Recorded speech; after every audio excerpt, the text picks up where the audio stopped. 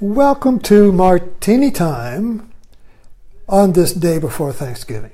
So today is the night before the storm because we have 26 people coming tomorrow, and it gets real crazy, kind of like a wedding when you're getting ready for the wedding and everything's coming together and the food's coming in and the people are hugging and everybody's in the kitchen and their cooks are trying to cook in the kitchen and it gets filled up because everybody comes in the kitchen, and then the men got to bring the tables and get the things set up, and it's crazy. Okay, so let's take a break here and talk about something that is totally different yet very important to that. And the title of this is Living the Bodhisattva Vow. Bodhisattva. B-O-D-H-I means knowledge. Sattva means being. Knowledge of being. Bodhisattva. It means the same thing as Satchidananda, which is yoga, right? Bodhisattva. Knowledge, being. Okay. And the Bodhisattva vow, I've always found very confusing, confounding, and illogical. So let me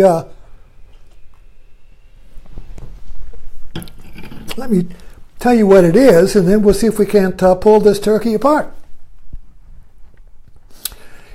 Also, I hope you enjoy what I do here because I stretch the envelope. I tackle topics that I'm working with, that interest me, that are awakening me, that are inspiring me, and I come here and I can't wait to share it, And so my goal is to make something very complicated and confusing to everybody, including myself, simple and clear. And I can't really communicate it unless it's simple and clear to me. And the communicating of it makes it simple and clear. Okay, so the Bodhisattva vow has 4 vows. First one is, I vow to enlighten every sentient beings. Now, a sentient being is any being with self-awareness, consciousness. Even dogs are sentient beings. They have an awareness. They have a me, a dog me. They live in a dog world, but they're sentient beings. So I vow to liberate infinite sentient beings. I vow to liberate. Well, that's not possible. Number 2, unlimited blind passions I vow to uproot. So I vow to uproot every blind passion in every sentient being. Well, good luck on that. Number 3, Dharma gates without number I vow to penetrate. Now, a Dharma gate in Buddhism is that every moment is a gate to the Dharma. Every moment is a gate to your truth. Not tomorrow, not yesterday, but this moment, right now, is the Dharma gate, is the gate to the Dharma, your living truth. Dharma is your living truth, not the world, not humanity, not things, not its, your living truth. So you have to discover your living truth, not by reading books and listening to other people and have me tell you what it is. You have to discover it. And when you do, that's a Dharma gate. The gate opens up to the truth, you see. So anyway, these 3 vows are impossible to complete or obey. And then the final one is, I vow to attain the great way of the Buddha. I vow to become a Buddha. Well, you can't do that either. All of these are attaining, you see. All of these are framed like a Zen Koan. They're all framed in time, so you have to do this. And so, well, how long is it going to take me to liberate all the sentient beings? If I start here in Blackstone, go from house to house, how long will that take? Right, you see what I mean? And they may not want to be liberated. I mean, I came here in 1981, I was going to liberate everybody with yoga. How good did that work out? I thought I was a yoga sattva. So I gave that up. It's impossible. Okay, so we're looking at an impossible thing. We're looking at a Zen Koan. Now, a Zen Koan is a illogical puzzle. It's a spiritual puzzle, let's put it that way. It's ironic, okay, but it's spiritual irony. Spiritual irony, because there's just regular irony, humor, jokes, and all that, you see, but the spiritual irony is a little higher level, but it's still ironic. And ironic means two things, opposite meanings at the same time. And the laughter of irony is when you see that both things are opposite but the same. The laughter, the seeing, look at a triangle here, right? You got a triangle, okay? So you got this end over here and this end over here, you see. And these are opposite meanings. They block each other out. So up here, you see, at the equilateral point of the triangle here, is not another point like on drawing, like you've got 3 points, you see. This point is a leap. So you got these 2 points here, and they are like, this would be the way, the Zen Koan. If you say this hand is the truth, you're wrong. If you say this hand is the truth, you're wrong. Now, which is it? Choose, or I'll punish you, you see? So you can't choose. If you say this is wrong, if you say this is the truth, you're wrong. If you say this is the wrong truth, you're wrong. Now, where does the one hand? Well, if this, I pick this one. No, that's not the right hand. I pick this one. No, that's not right. And this is the double bind we're caught in constantly. It's called fake news. It's called horns of dilemma. The Republican, oh God, now I'm skipping off here. Take Roy Moore and Trump in the Republican Party. This is a double bind for the Republican Party. Because what's their choice? Well, my party, right or wrong, I have to choose my party. I choose my party. But choosing the party elects Roy Moore. Roy Moore is a pervert. I choose a pervert. No. I choose my party and elect a pervert. No. I choose to not elect a pervert and I lose my party. How can I have both? You can't. Crisis. So, you see, you got to make the leap, pow, to here. Now, this is not another thing. This is a seeing that is action. This is the one that sees that both opposites are incompatible, yet one. The seeing is the one because the seeing is not a position in space or time. It's not a choice. It's seeing. It's very difficult to explain. It's seeing that the many is the one.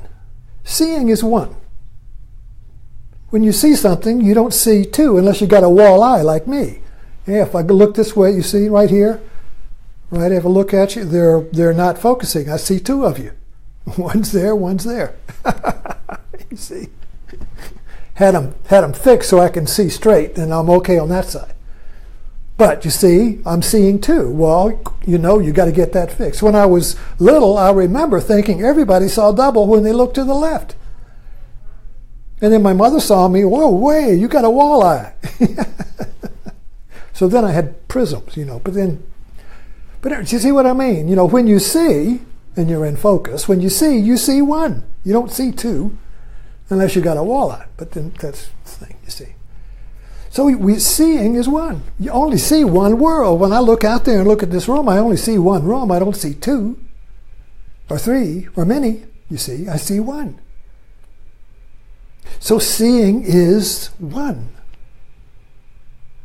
But when you're encountering the two, and both are equal, and both cancel out the other, that's called a double bind, or the horns of the dilemma. We get caught in these all the time. Which should I choose? Should I go this way or that? Oh, I don't know. Then wow, wow, wow, wow, wow. Panic attack. I can't choose. You choose for me. I can't choose. Wow, wow, wow, you see. We experience that all the time, but we don't understand it. All right, so this is a spiritual crisis. For the Republicans in Alabama, it is a spiritual crisis, a crisis of conscience. Should I choose the Republican Party? And then my party, right or wrong? Any means to that end, even a pervert? Got to pick him because the party's God. You got to choose God, you see. But if I choose not to elect Roy, then I lose the party. What should I do? What should I do? Jared Kushner. Boy, I'm getting off, but one more thing. Jared Kushner reminds me of, and I can't think of his name, but it's the guy in The Godfather, the son, who's always just kind of sitting there looking like he's been sold down the river.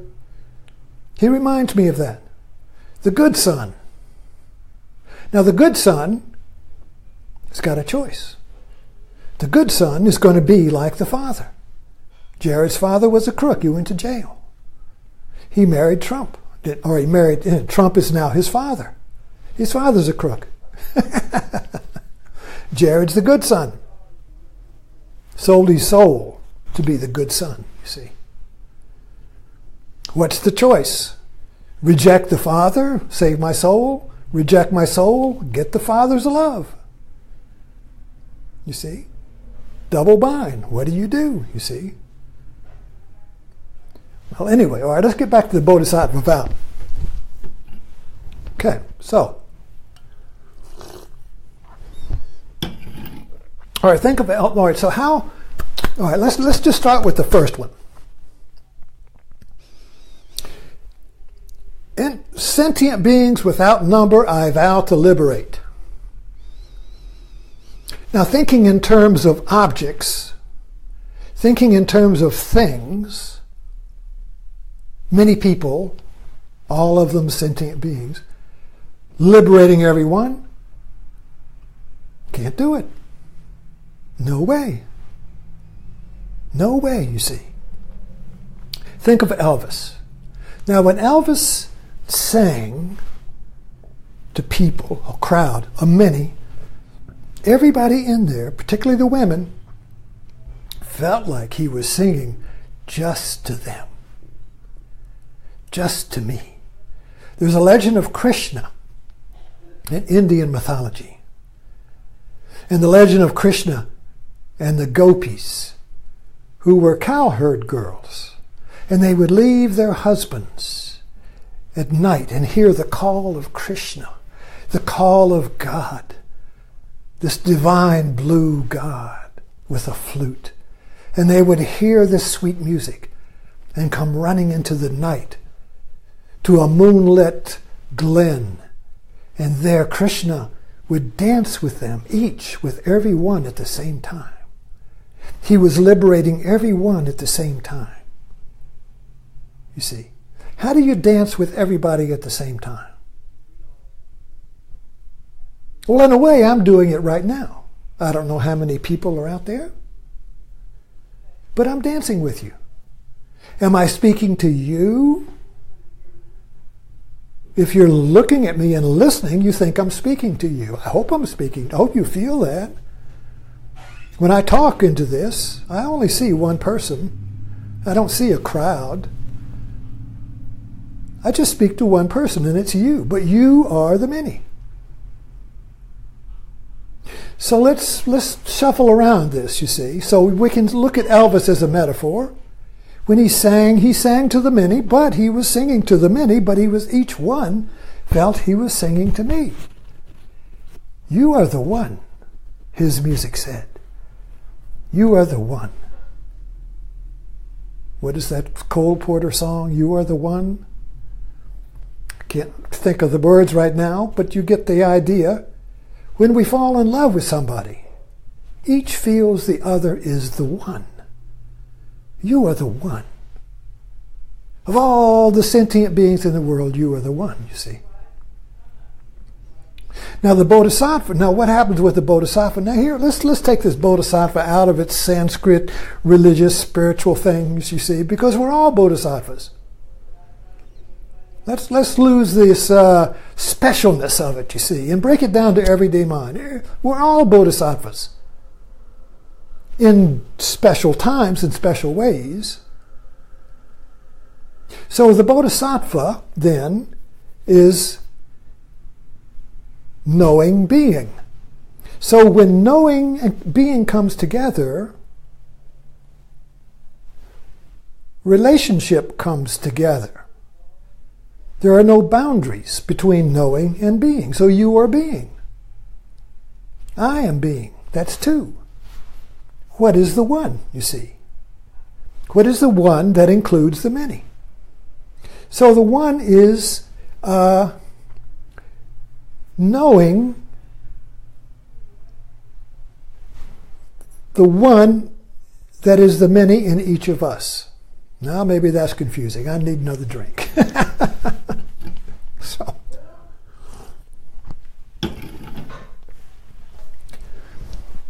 there is a shift in consciousness to activate the Bodhisattva vow.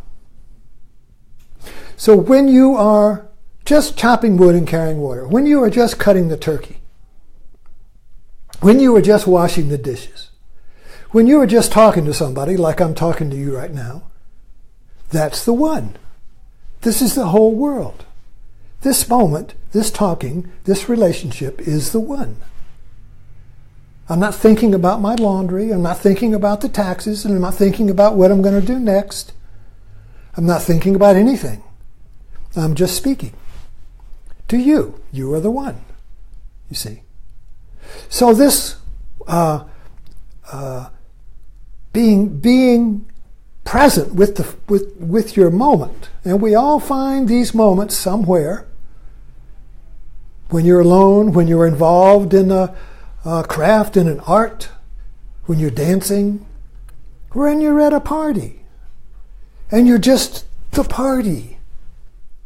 And then suddenly you remember the many. You remember the world. Oh, I gotta go.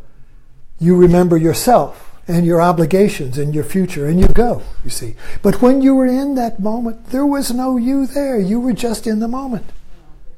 Sports. When we get involved in sports, we're not sitting looking at our watch. How long is this thing going to go on? We are the sports. The sports is us. War, anger, fights, violence. When we become violent or angry, we are the anger. See, we are the one. Not looking at my watch, how long am I going to be angry? I got to go. I got something more important to do. No.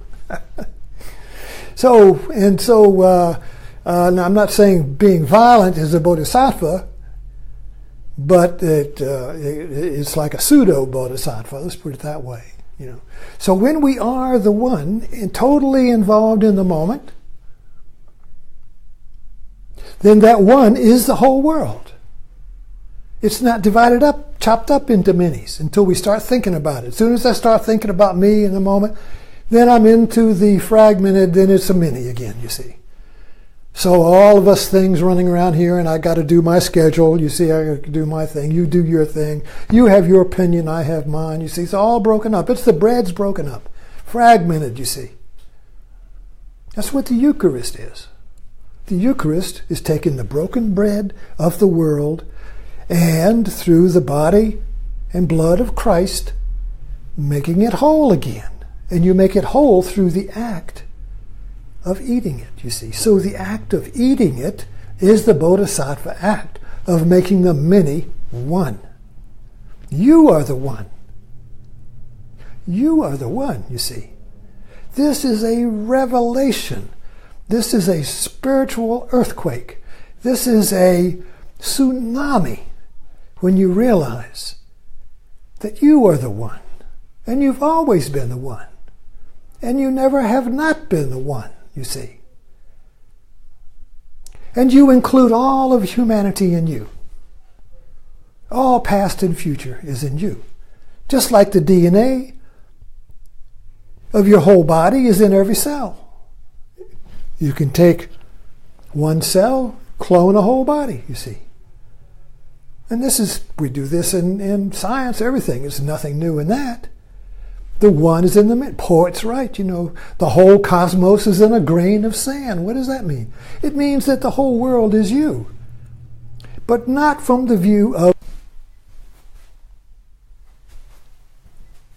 Are we still on?